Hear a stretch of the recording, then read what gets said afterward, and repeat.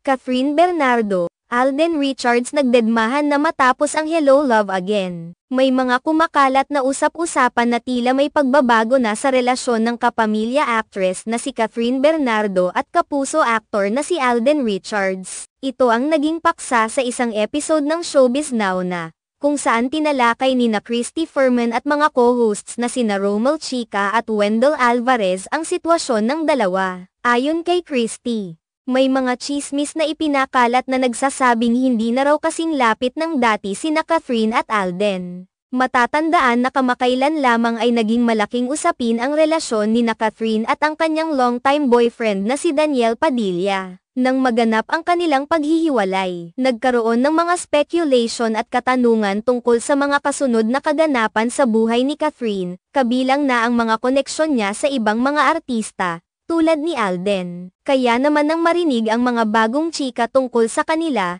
nagbigay si Christy ng kanyang opinyon at sinasabi nagdededmahan na lang daw si Alden Richards at saka si Catherine Bernardo. Ni hindi nga raw binati ni Catherine si Alden noong nag-birthday. Gayunpaman, hindi rin malinaw kung anong eksaktong nangyayari sa pagitan ni Catherine at Alden. Ayon pa kay Christy, hindi niya tiyak kung may katotohanan nga ang mga kumakalat na balita. Kaya't nagbigay siya ng paalala na baka naman may mga pagkakataon na nag-uusap pa rin sila ng pribado at hindi lang nila ipinapaabot sa publiko ang mga iyon. Malay naman natin kung nag-usap naman yung dalawa ng sila lang. Personal, dagdag ni Christy, dahil sa mga naunang isyu sa relasyon ni Catherine at Daniel, naging mas alerto ang mga tao sa mga galaw at pagbabago sa buhay pag-ibig ng aktres. Ang pagbabago sa closeness ng dalawang sikat na personalidad na sina Catherine at Alden ay nagdulot ng mga haka-haka at pinag-uusapan sa social media at sa mga showbiz circles.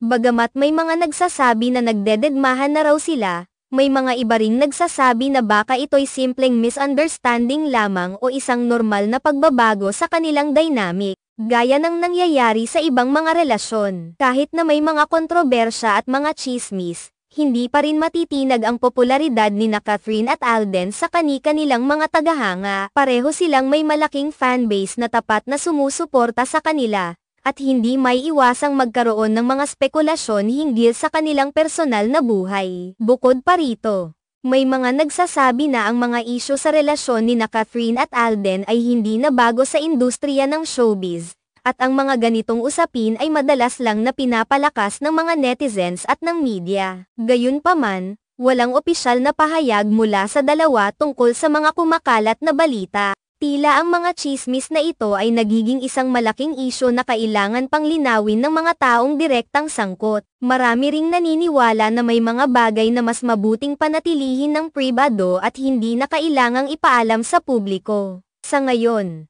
ang mga fans ni Catherine at Alden ay patuloy na nag-aabang kung may mga susunod na updates tungkol sa kanilang relasyon. Samantalang ang mga showbiz insiders at eksperto ay patuloy na nagmamasid at naghihintay ng karagdagang impormasyon na magpapatibay o magpapawalang bisa sa mga kumakalat na chismis.